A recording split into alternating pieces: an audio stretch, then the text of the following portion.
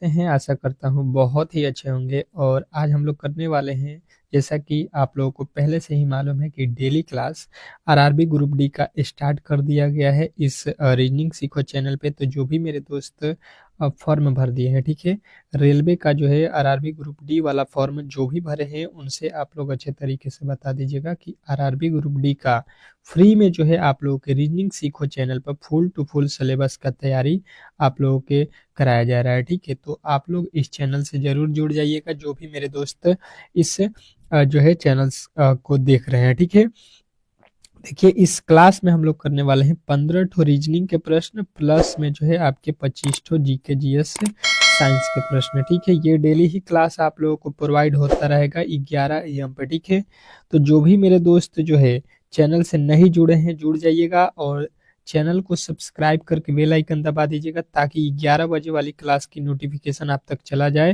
ठीक है, और एक और क्लास आपका जो है ग्रुप डी का है 8 PM पे। 2 क्लास आपके प्रोवाइड हो रहा है, एक रात में 8 बजे आपको देखना है और एक सुबह वाली क्लास 11 AM पे है। ठीक है, दोनों ही क्लास अति महत्वपूर्ण है। अगर आपने फॉर्म भर दिया है तो क्लास से जुड़ जाइएगा क्योंकि यहाँ पे आपको मालूम है कि कंपटीशन काफी ज्यादा होने वाला है। तो आपको full to full free of cost YouTube पे जो है तैयारी कराने वाला केवल रीजनिंग सीखो चैनल ही है। ठीक है, इसमें आप लोगों के मैथ, रीजनिंग, जीके जीएस और साइंस चारे विषय को कंप्लीट इस चैनल पर किया जा रहा है। ठीक है, तो हर एक क्लास को आप लोग अच्छे तरीके से समझिएगा। पहले हम लोग रीजनिंग के प्रश्नों से स्टार्ट करने वाले हैं, तो एक बार आप लोगों से रिक्वेस्ट है कि वीडियो को जो है लाइक कर दीजिए और चैनल को जो है सब्सक्राइब कर लीजिए। ठीक है, जो नए हैं।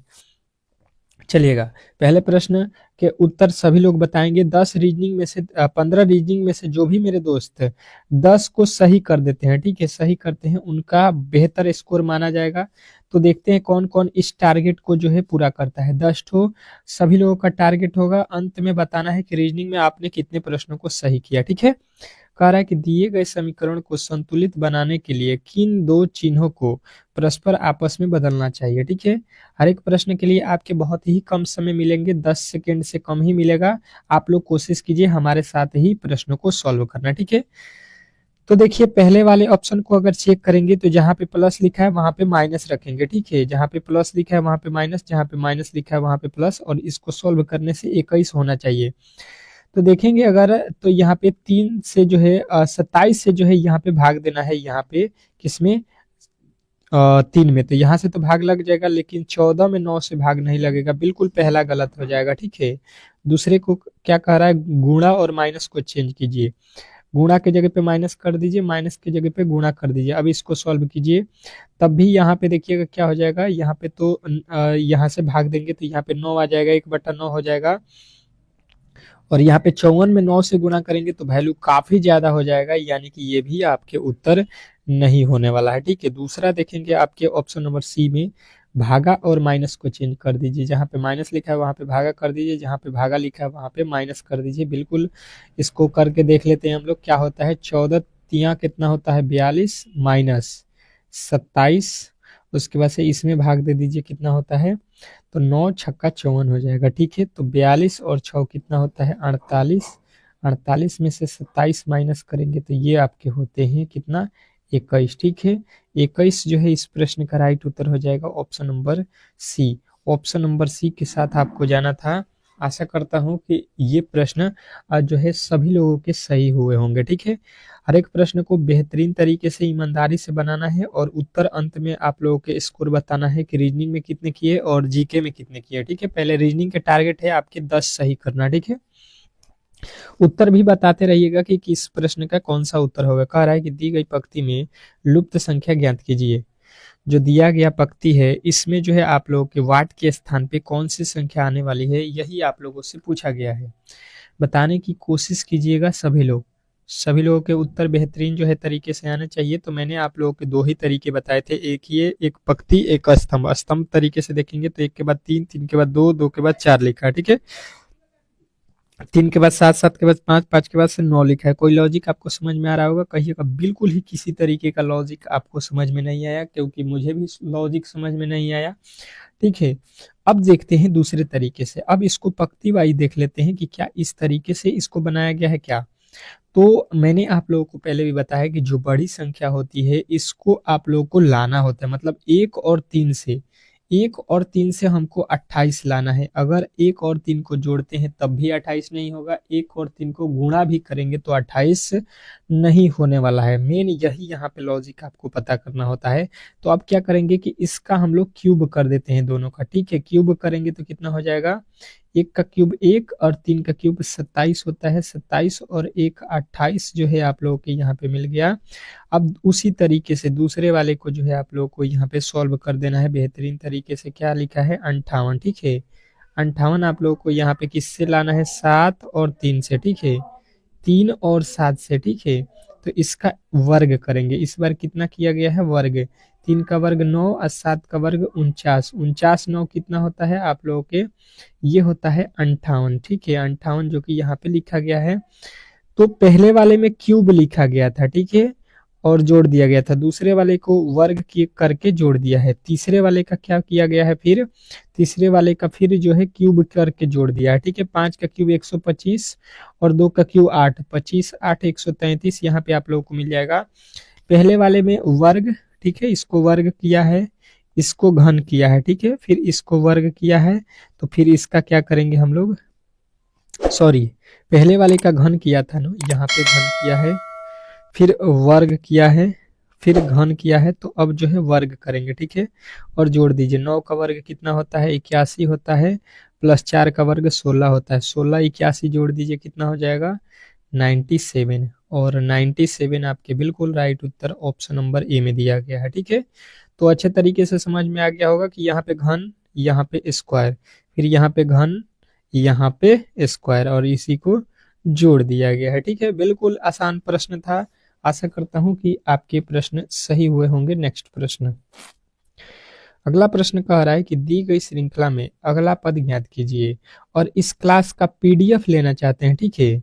पीडीएफ तो ये फ्री में आप लोगों को मिल जाएगा, ताकि आप लोग रिवीजन अच्छे तरीके से कर सके, ठीक है। तो ये पीडीएफ आपको कहाँ पे मिलेगा, इस क्लास के जो है आपको डिस्क्रिप्शन में जो है आप लोगों को दिख रहा होगा व्हाट्सएप ग्रुप का लिंक, उसको ज्वाइन कीजिए। डेली क्लास के जो भी आप लोगों के पीडीएफ बनता है वो आप लोगों के वहाँ पे प्रोवाइड होता है। तो आप लोग वहां से अच्छे तरीके से क्लास के पीडीएफ से आप लोग रिवीजन कर सकते हैं, ठीक है। चलिएगा, अब देखिए यहाँ पे हुआ क्या है, श्रृंखला का अगला पद, यानी कि यहाँ पे जो है हमको वैल्यू बताना है। तो किस तरीके से यहाँ पे वैल्यू पता चलेगा, देखने की कोशिश करते हैं। तो ये जो लिखा गया है, ये 1 का वर्ग लिखा गया है, ये 9 जो है 3 का वर्ग है, ये 25 जो है 5 का वर्ग है, ठीक है। बिल्कुल आपको दिखाई दे रहा होगा इस तरीके से। तो उसी प्रकार यहाँ पे देखेंगे तो ये 4 जो है 2 का वर्ग है, 16 जो है 4 का वर्ग है, और 36 जो है 6 का वर्ग है, ठीक है। तो यहाँ पे देखेंगे तो 3 का वर्ग है, 25 5 का वर्ग है, 3 5, तो यहाँ पे कौन से अक्षर आएंगे, 7, क्योंकि देखिए ये 2 फिर 4 तो 6 लिखा है, 1 3, तो यहाँ पे 5 लिखा है, 2 2 के गैप लेके, तो 3 2 5 5 2 7 हो जाएगा, ठीक है। 7 का कितना होता है, 49 होता है, और 49 जो है आपके बिल्कुल राइट उत्तर ऑप्शन नंबर बी में दिया गया है। तो आशा करता हूँ कि ये प्रश्न भी आपको अच्छे तरीके से समझ में आ गया होगा। नेक्स्ट प्रश्न की ओर चलेंगे, और अगला प्रश्न आपके सामने बेहतर तरीके से जो है आ चुका है। क्या कह रहा है कि दी गई श्रृंखला में अगला पद ज्ञात कीजिए। अगला पद बताना है आप लोगों को। इस प्रश्न का सही उत्तर क्या होने वाला है, बेहतर है, बहुत ही बेहतर है, और ये क्लास को आप लोगों को डेली करना है, ठीक है। डेली आप लोगों को 11 AM पे जो है जुड़ जाना है, ठीक है। 11 AM भूलना नहीं है। बेहतर तरीके से ग्रुप डी में एक सिलेक्शन लेना चाहते हैं जो भी मेरे दोस्त, तो फिर जो है उसी तरीके का प्रश्न है। यहाँ पे 4 जो है 2 का वर्ग हमें समझ में आ रहा है, 9 जो है 3 का वर्ग, 16 जो है 4 का वर्ग, ठीक है।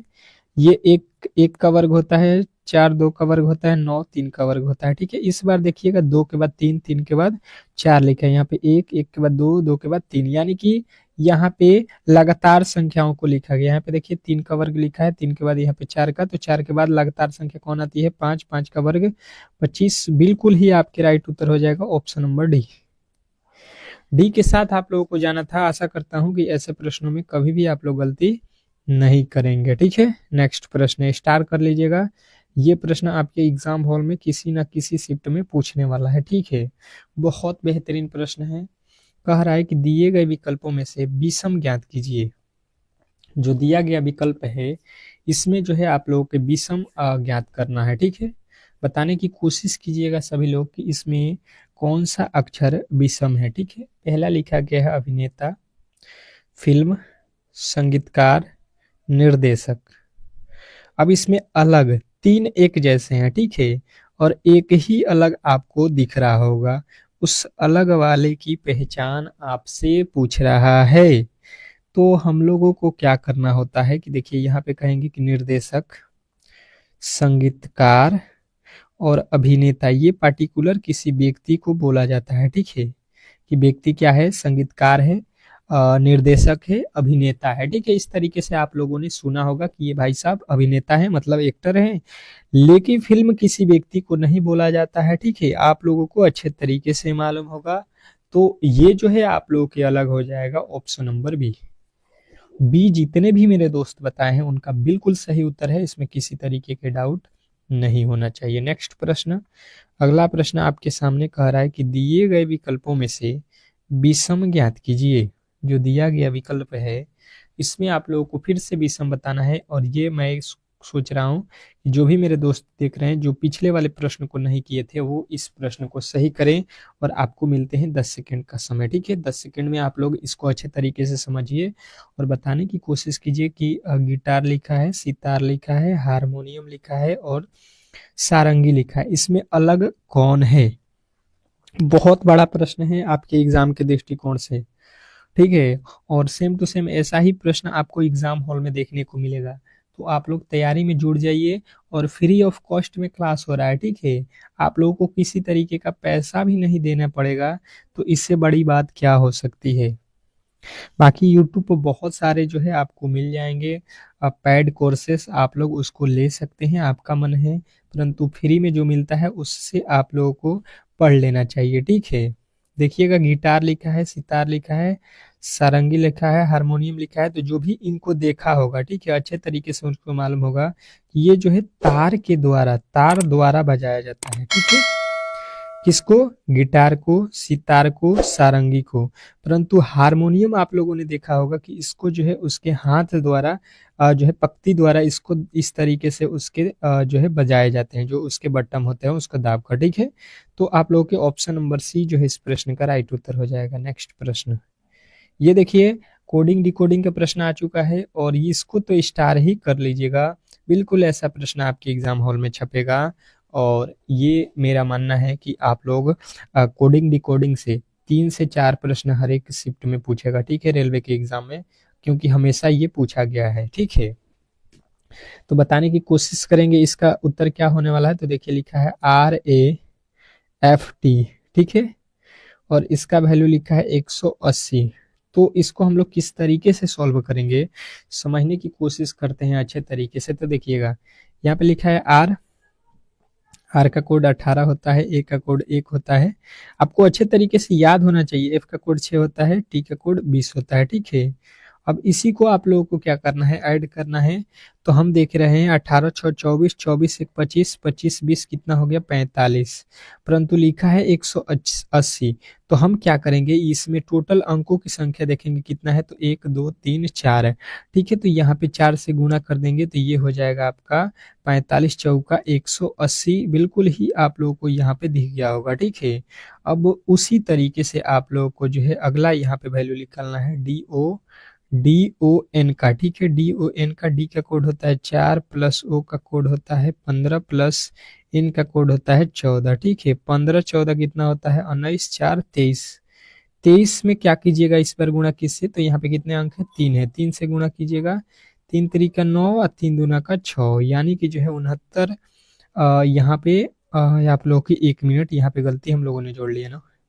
29 और 3 33 होता है ना। 33 तिया कितना होता है 69 होता है, बिल्कुल सही है। यहाँ पे हम लोगों ने काउंटिंग में 23 लिख लिया था, ठीक है, कोई दिक्कत नहीं है, हो जाता है।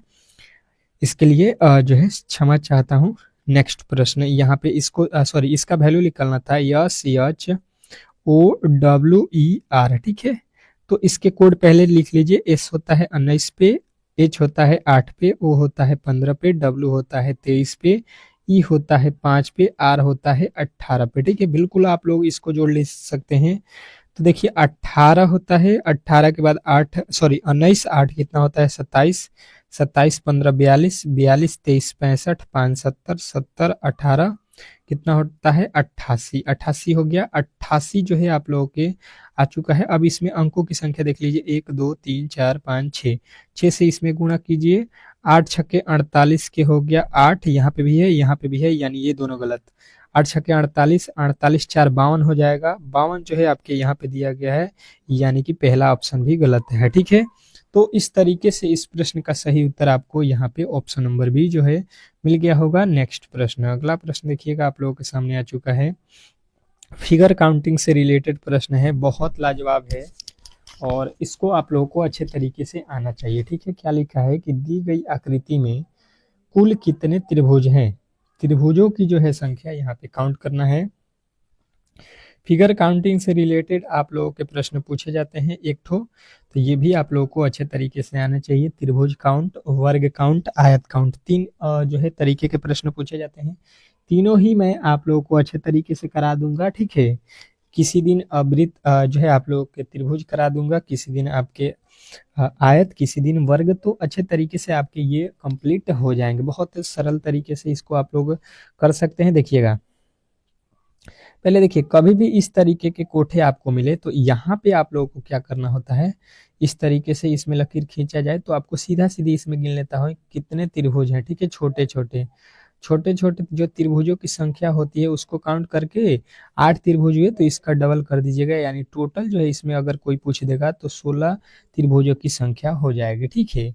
तो उसी प्रकार यहाँ पे आप लोगों को जो है एक वर्ग टाइप के दिया गया है, ठीक है। इस तरीके से इसमें इस तरीके से लकीर खींचा गया है, तो इसमें छोटे छोटे त्रिभुजों की संख्या आपको काउंट करना है, तो 4 दिया गया है। मैंने क्या बोला कि इसका डबल कर लेंगे तो इसमें टोटल त्रिभुजों की संख्या, यानी कि हमको मालूम हो गया इसमें टोटल त्रिभुजों की संख्या कितनी है 8 है, ठीक है। 8 जो है आप लोगों को मालूम हो गया। तो अब जो है इसके आगे देखिएगा और भी क्या इसमें त्रिभुज बन रहे हैं, कहिएगा बिल्कुल ही। यहाँ पे देखेंगे तो एक त्रिभुज ये है और एक त्रिभुज ये है, 2 हो गया, और ये एक त्रिभुज बन रहा है, कितना हो गया, एक और यहाँ पे 3 हो गया, ठीक है।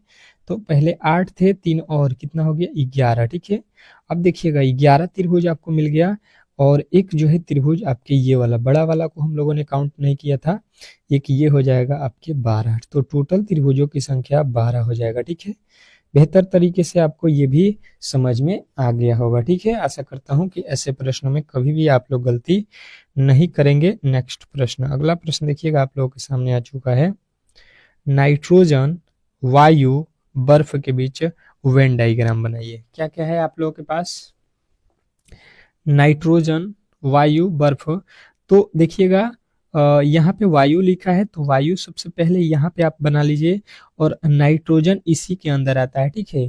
वो भी एक प्रकार का क्या है, वायु ही होता है, ठीक है, हवा ही होता है। और बर्फ आप लोगों ने देखा होगा, ये तो अलग ही रहता है क्योंकि ये ठोस अवस्था में होता है, सभी लोगों को ये मालूम है। तो इस तरीके से जो है आपके किस ऑप्शन में दिया गया है, ऑप्शन नंबर बी, बिल्कुल ही आपके बी ऑप्शन सही है, इसमें किसी तरीके के डाउट नहीं होना चाहिए। नेक्स्ट प्रश्न की ओर चलते हैं, और अगला प्रश्न आपके सामने है, और अगला प्रश्न आपके सामने कह रहा है कि हवेल, मछलियां, मगरमच्छ, इसमें आप लोगों के वेन डायग्राम बनाना है, ठीक है।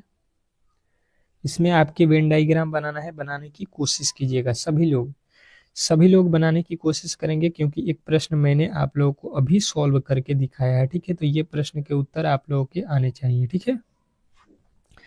तो अब देखिए यहाँ पे क्या लिखा है, मगरमच्छ लिखा है, मछलियाँ लिखा है, तो मछलियाँ पहले बना लीजिए, क्योंकि मछलियाँ में ही हवेल आता है, ठीक है। हवेल एक मछली का नाम है, आप लोगों ने बेहतर तरीके से जानते होंगे। और यहाँ पे लिखा है मगरमच्छ, तो मगरमच्छ तो अलग रहता है, आप लोग अच्छे तरीके से यहाँ पे इसका ऑप्शन नंबर डी के साथ जाएंगे। बिल्कुल आपके ऑप्शन नंबर डी जो है इस प्रश्न का सही उत्तर होगा। नेक्स्ट प्रश्न, अगला प्रश्न देखिएगा आप लोगों के सामने आ चुका है, और इस प्रश्न का जवाब सभी लोगों को देना है। कह रहा है कि दी गई श्रृंखला में अगला पद ज्ञात कीजिए। जो दिया गया श्रृंखला है इसमें जो है आप लोगों के अगले पद क्या होने वाला है, ये आप लोगों को बताना है। और शाम को मैं ला रहा हूँ मोस्ट 50 ठो क्वेश्चन रीजनिंग के, ठीक है। रीजनिंग के जो आपके एग्जाम हॉल में बार बार पूछा गया, ठीक है। ग्रुप डी में बार बार पूछे गए रीजनिंग के 50 प्रश्नों को मैं सॉल्व कराऊंगा जो है आपके 8 PM पे, ठीक है। 8 PM वाली क्लास आपको मिस नहीं करना है। आज हम लोग रीजनिंग के मोस्ट एक्सपेक्टेड प्रश्नों को करेंगे जो एग्जाम हॉल में ज्यादातर आने के चांसेस हैं, ठीक है। तो 8 बजे जरूर आइएगा। यहाँ पे देखिएगा 130, यहाँ पे 1001, 1332, 1729। इसमें थोड़े से आप लोगों को दिमाग में ये लॉजिक आया होगा कि भाई साहब ये 1000 के पास में है, यानी कि ये 10 का क्यूब होता है 1000 और इसमें एक जोड़ा गया है 1001 हो गया। ये 1331 किसका वर्ग होता है? 1331 11 का वर्ग होता है और इसमें भी एक जोड़ा गया है तो 1132। ये 729 किसका होता है? 9 का क्यूब होता है, सॉरी क्यूब होता है और इसमें एक जोड़ा है तो 730 हो गया है।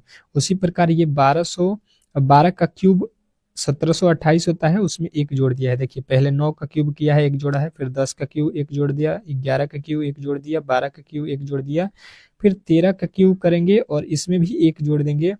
तो 13 का क्यूब करके जब हम इसमें एक जोड़ेंगे तो 13 का क्यूब कितना होता है? 2197 और एक इसमें जोड़ेंगे तो 97 की जगह पे 98 आएगा। बिल्कुल आपके ऑप्शन नंबर डी। तो बताइए ना कि कोशिश जरूर कीजिएगा अंत में कि आपने कितने प्रश्नों को सही किया है, ठीक है। ये भी आप लोगों को यहाँ पे स्कोर बताना है, ठीक है। जितने भी मेरे दोस्त देख रहे हैं, कह रहा है कि दी गई श्रृंखला में अगला पद ज्ञात कीजिए।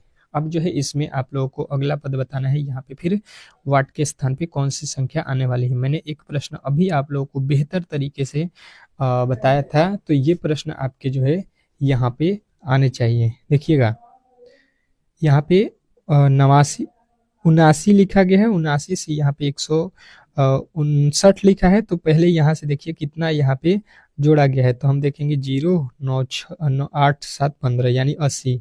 इसके बाद 99 लिखा है, 0 और 15 4 जो है 19 यानी 40। इसके बाद यहाँ पे कितना जोड़ा गया है, तो यहाँ पे तो 20 जोड़ा गया है। तो इसके आगे देखिए पहले 80 जोड़ा है, ठीक है, फिर 40 जोड़ दिया, फिर 20 जोड़ दिया। तो आपको समझ में आ गया होगा कि यहाँ से यहाँ आने में 2 से भाग कर दिया, फिर यहाँ से यहाँ आने में 2 से भाग कर दिया, तो इसके आगे भी आपको 2 से भाग कर देना है। तो यहाँ पे हो जाएगा 10 प्लस में, ठीक है। और 19 में 10 जोड़ेंगे 229 जो है बिल्कुल आपके राइट उत्तर बनेगा, जो कि ऑप्शन नंबर ए में दिया गया है। तो आशा करता हूँ कि ये प्रश्न भी आपको अच्छे तरीके से जो है समझ में आ गया होगा, ठीक है। नेक्स्ट प्रश्न, अगला प्रश्न देखिएगा आप लोगों के सामने है। क्या कह रहा है आपका अगला प्रश्न कि जो है दी गई श्रृंखला में अगला संख्या ज्ञात कीजिए। फिर जो है आप लोगों के दिए गए इस श्रृंखला का अगला पद यानी कि वाट के स्थान पे कौन सी संख्या आने वाली है। हम देखेंगे 28 से यहाँ पे लिखा है 35 यानी कि 7 प्लस किया गया है, ठीक है। 35 से जो है 49 लिखा है यानी कि 14 प्लस किया गया है, ठीक है। पहले 7 फिर 14। इसके आगे अगर हम देखते हैं तो क्या करेंगे, अगर हम यहाँ से देखेंगे तो 7 प्लस किया गया है और यहाँ से फिर 7 प्लस करेंगे तो 7 कितना हो जाएगा 21। तो यहाँ पे 49 में 21 जोड़ेंगे, ये कितना हो जाएगा आपके 70 और 70 आपके बिल्कुल राइट उत्तर हो जाएगा ऑप्शन नंबर बी। इसके बाद आप देखिएगा तो यहाँ पे 28 जोड़ा जाएगा, यहाँ पे 7 जोड़िएगा 21 में तो, और 28 जोड़िएगा तो 98 भी आपका राइट उत्तर। तो आपको बेहतर तरीके से ये प्रश्न समझ में आ गए होंगे। नेक्स्ट प्रश्न, अगला प्रश्न देखिएगा आप लोगों के सामने। क्या कह रहा है कि दी गई श्रृंखला में अगला पद जो है ज्ञात कीजिए। तो ये जो है श्रृंखला का प्रश्न है, आपको अगला पद यहाँ पे बताना है कि वाट के स्थान पे कौन सी संख्या आने वाली है। तो ये आप लोगों के WH क्वेश्चन है, होमवर्क का है, और इसको आप लोगों को कमेंट बॉक्स में जरूर बताना है कि इसका उत्तर क्या होने वाला है। और इस 15 क्वेश्चनों में आप लोगों ने कितने सही किए रीजनिंग के, ये भी बताना है कमेंट बॉक्स में। अब चलते हैं 25 जीके के अति महत्वपूर्ण प्रश्नों को सॉल्व करेंगे, जो कि आपके एग्जाम हॉल में आने के ज्यादातर चांसेस हैं, ठीक है। तो देखिएगा पहला जीके के प्रश्न आ चुका है और इसके पहले वाले क्लास में हम लोगों ने यहाँ पे जीके के जो भी महत्वपूर्ण प्रश्न थे 1 से लेके 75 तक के प्रश्नों को किया हुआ है, ठीक है। तो आप लोग उसको देखना चाहते हैं तो हमारे चैनल पर प्लेलिस्ट बना हुआ है, ग्रुप डी करके, उसमें जाकर देख लीजिए। कह रहा है राजीव गांधी ग्रामीण कृषि न्याय योजना को किस राज्य ने शुरू किया है, बताना है आप लोगों को। तो ये जो है आप लोगों के छत्तीसगढ़ राज्य ने शुरू किया है, ऑप्शन नंबर बी। नेक्स्ट प्रश्न देखिएगा आप लोगों के सामने आ चुका है। अगला प्रश्न कह रहा है कि कुरनूल शहर किस नदी के किनारे पर स्थित है? कुर्नूल शहर किस नदी के किनारे पर स्थित है? तो आपके उत्तर यहाँ पे आएंगे कि ये जो है आपके तुंगभद्रा नदी के किनारे पर स्थित है। Option number A sorry. अगला प्रश्न कह रहा है यहाँ पे कि भारतीय राष्ट्रीय कांग्रेस का 1885 में महासचिव कौन थे? 1885 में भारतीय राष्ट्रीय कांग्रेस के महासचिव कौन थे? तो आपके उत्तर आएंगे ए ओ ह्यूम। नेक्स्ट प्रश्न, अगला प्रश्न कह रहा है कि भारतीय राष्ट्रीय कांग्रेस के किस अधिवेशन में स्वदेशी तथा बहिष्कार आंदोलन की घोषणा की गई थी? बताइएगा। आप लोगों के सामने यहाँ पे 4 ऑप्शन दिए गए हैं, तो आपके उत्तर यहाँ पे कौन से आएंगे? तो आपके उत्तर आएंगे, ये अधिवेशन था बनारस अधिवेशन 1905। ठीक है, ऑप्शन नंबर आपके बी। नेक्स्ट प्रश्न, अगला प्रश्न कह रहा है कि भगत सिंह ने कब असेंबली हॉल में बम फेंका था? भगत सिंह ने कब असेंबली हॉल में जो है बम फेंका था? तो आपके उत्तर यहाँ पे क्या आएगा कि 1929 ईस्वी में फेंका गया था। ठीक है, किन के द्वारा? भगत सिंह के द्वारा। नेक्स्ट प्रश्न देखिएगा, आप लोगों के सामने आ चुका है और अगला प्रश्न आपके सामने क्या कह रहा है कि संविधान के किस अनुच्छेद में वित्तीय आपातकाल के बारे में उपबंध के बारे में जो है बताया गया है? बताने की कोशिश करेंगे सभी लोग और आप लोग अंत में जो है बताइएगा कि 25 क्वेश्चनों में आप लोगों ने कितने जीके के प्रश्नों को भी सही किया है। ठीक है, तैयारी को मजबूत बनाना है तो डेली क्लास में आइए। ठीक है, ये अनुच्छेद 360 में बताया गया। ठीक है, नेक्स्ट प्रश्न, अगला प्रश्न कह रहा है किस शहर को इलेक्ट्रॉनिक सिटी के नाम से जाना जाता है? कौन सा शहर है जिसको इलेक्ट्रॉनिक सिटी के नाम से भी जाना जाता है? बताने की कोशिश करेंगे सभी लोग। तो सभी के उत्तर आएगा इलेक्ट्रॉनिक सिटी के नाम से हम लोग बेंगलुरु कर्नाटक में जो है उसी को जानते हैं। ठीक है, नेक्स्ट प्रश्न, मुस्लिम लीग ने पहली बार कब जो है पाकिस्तान के निर्माण की मांग रखी? बताना है आप लोगों को कि मुस्लिम लीग ने पहली बार कब पाकिस्तान के निर्माण को मांग किया है? तो आपके राइट उत्तर बनेगा ऑप्शन नंबर सी 1940 ईस्वी में। ठीक है, नेक्स्ट प्रश्न, अगला प्रश्न देखिएगा, आप लोगों के सामने आ चुका है कि कैबिनेट मिशन के अध्यक्ष कौन थे? कैबिनेट मिशन के अध्यक्ष कौन थे? बताने की कोशिश करेंगे सभी लोग। तो सभी के उत्तर आएंगे कि पैट्रिक जो है लॉरेंस थे। ठीक है, नेक्स्ट प्रश्न, अगला प्रश्न कह रहा है कि जो है बिछुआ किस राज्य का लोक नृत्य है? फटाफट से जो है जीके के प्रश्न को हम लोग सॉल्व करते हैं, क्योंकि जीके में आपके टाइम नहीं होने चाहिए। ठीक है, जल्द से जल्द इन प्रश्नों को करेंगे तो ही आपके पास समय बचेगा। ठीक है, मैथ और रीजनिंग को करने के लिए। तो बिछुआ असम का है, आप लोगों को याद रखना है। ठीक है, इसीलिए मैं फटाफट से जो है आप लोगों के प्रश्नों को भी करा रहा हूँ। उज्जैन शहर किस नदी के किनारे पर स्थित है? क्या बताना है आपको कि उज्जैन शहर किस नदी के किनारे पर स्थित है? बताने की कोशिश करेंगे सभी लोग। तो सभी लोगों का उत्तर आएगा कि क्षिप्रा नदी पर। ठीक है, नेक्स्ट प्रश्न, अगला प्रश्न कह रहा है कि मैसूर हाथी रिजर्व किस राज्य में स्थित है? मैसूर हाथी रिजर्व किस राज्य में स्थित है? तो आपके उत्तर यहाँ पे बनेंगे कि कर्नाटक राज्य, ऑप्शन नंबर ए। नेक्स्ट प्रश्न, अगला प्रश्न कह रहा है फ्रेंड्स ऑफ लाइब्रेरी कार्यक्रम को जो है किस राज्य सरकार ने शुरू किया है? बताने की कोशिश करेंगे सभी लोग। तो ये राज्य है आपके तमिलनाडु। ठीक है, नेक्स्ट प्रश्न, अगला प्रश्न कह रहा है कि नीलगिरी हाथी रिजर्व किस राज्य में स्थित है? नीलगिरी हाथी रिजर्व किस राज्य में स्थित है? ठीक है, तो आपके उत्तर आएगा नीलगिरी, ये आपके तमिलनाडु में है। तो ऑप्शन नंबर ए के साथ आपको जाना है। ठीक है, नेक्स्ट प्रश्न, किस शहर को झीलों का शहर के नाम से जाना जाता है?